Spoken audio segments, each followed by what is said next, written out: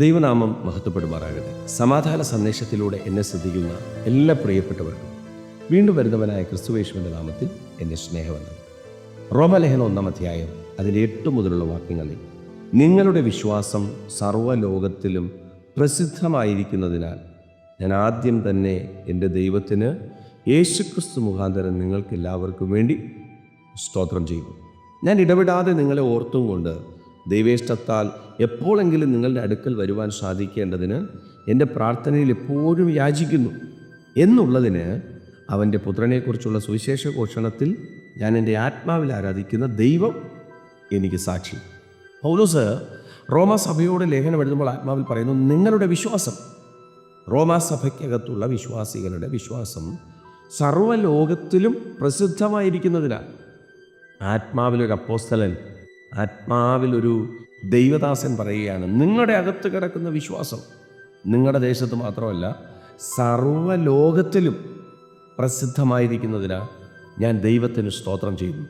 പ്രിയരെ, അടുത്ത ഭാഗം പൗലോസ് പറയുകയാണ്, എപ്പോഴെങ്കിലും നിങ്ങളുടെ അടുക്കൽ വന്ന് കാണാൻ, നിങ്ങളെ ഒന്ന് കാണാൻ ഞാൻ ദൈവത്തോട് യാചിക്കുകയാണ്.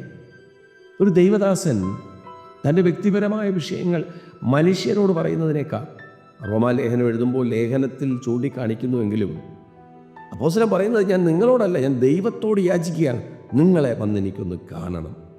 അവിടെ 1-2 കാര്യങ്ങൾ പരിശുദ്ധാത്മാവ് നമ്മളോട് പറയുന്നുണ്ട്. ഒന്ന്, നമ്മുടെ ഏത് വിഷയങ്ങളും, ചെറുതോ വലുതായ എല്ലാ വിഷയങ്ങളും ഇറക്കി വയ്ക്കാനും പറയുവാനും ഏൽപ്പിച്ചു കൊടുക്കുവാനൊക്കെ പറ്റുന്ന ഒരു സ്ഥലം എന്ന് പറയുന്നത് ദൈവസന്നിധിയാണ്. എന്നിട്ട് അപ്പോസ്തലൻ പറയുന്ന വേറൊരു കാര്യമുണ്ട്, അവൻ്റെ പുത്രനെക്കുറിച്ചുള്ള സുവിശേഷ ഘോഷണത്തിൽ ഞാൻ എൻ്റെ ആത്മാവിൽ ആരാധിക്കുന്ന ദൈവം എനിക്ക് സാക്ഷി. അവർക്ക് ബോധ്യം വരാനായിട്ട്, അവർക്ക് മനസ്സിലാകാൻ, അവരൊന്ന് തിരിച്ചറിയാൻ ധന്യനായ പൗലോസ് പറയുന്നു, എൻ്റെ ആഗ്രഹം, ഞാൻ ദൈവത്തോട് യാചിക്കുന്നത്, ഞാൻ സുവിശേഷം പ്രസംഗിക്കുന്ന എൻ്റെ ദൈവം എനിക്ക് സാക്ഷിയാണ്. എന്നെ കേൾക്കുന്ന പ്രിയരെ, ഈ റോമാസഭയ്ക്കകത്തുള്ളവരുടെ വിശ്വാസം സർവ്വലോകത്തിലും പ്രസിദ്ധമായതുപോലെ നമ്മുടെ ജീവിതത്തിനകത്ത് ഈ അറിഞ്ഞ സത്യത്തിനകത്ത് നിലനിൽക്കാനുള്ള ഒരു വിശ്വാസം ഇന്ന് നമ്മൾ ഒത്തിരി സ്ഥലങ്ങളിൽ കാണുന്നത് ഈ വിശ്വാസത്തിൽ നിന്ന് പിന്മാറിപ്പോകുന്നവരാണ്. എന്നാൽ ഓരോ ദിവസവും ദിനംതോറും അതിലോട്ട് തീഷ്ണതയോടെ അടുക്കുന്നവരാകാൻ അപ്പോസ്തലൻ ഒരു ഭാഗത്ത് പറഞ്ഞിട്ടുണ്ട്, പിമ്പിലുള്ളതിനെ മറന്നു മുമ്പിലുള്ളതിനെ ആഞ്ഞും കൊണ്ട് പരമവിളിയുടെ വിരുദ്ധനായി ലാക്കിലേക്ക് ഓടുക. എൻ്റെ തൊട്ട് മുകളിൽ പറയുന്നുണ്ട്, പിടിച്ചു എന്ന് നിരൂപിക്കുന്നില്ല, പിടിക്കാമോ എന്ന് വെച്ച്. ഇതൊരു യുദ്ധക്കളമാണ്. ഇതിനകത്ത് ജയിക്കുക എന്ന് പറയുന്നത് ഓരോ ദിവസവും പോരാടി ജയിക്കുക എന്നുള്ളതാണ്.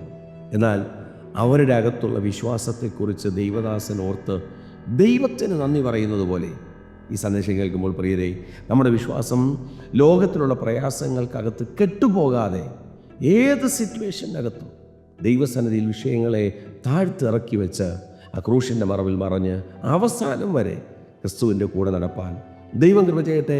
വിശ്വസിക്കുക, പ്രാർത്ഥിക്കുക. ദൈവം വിശ്വസ്തൻ. God bless U.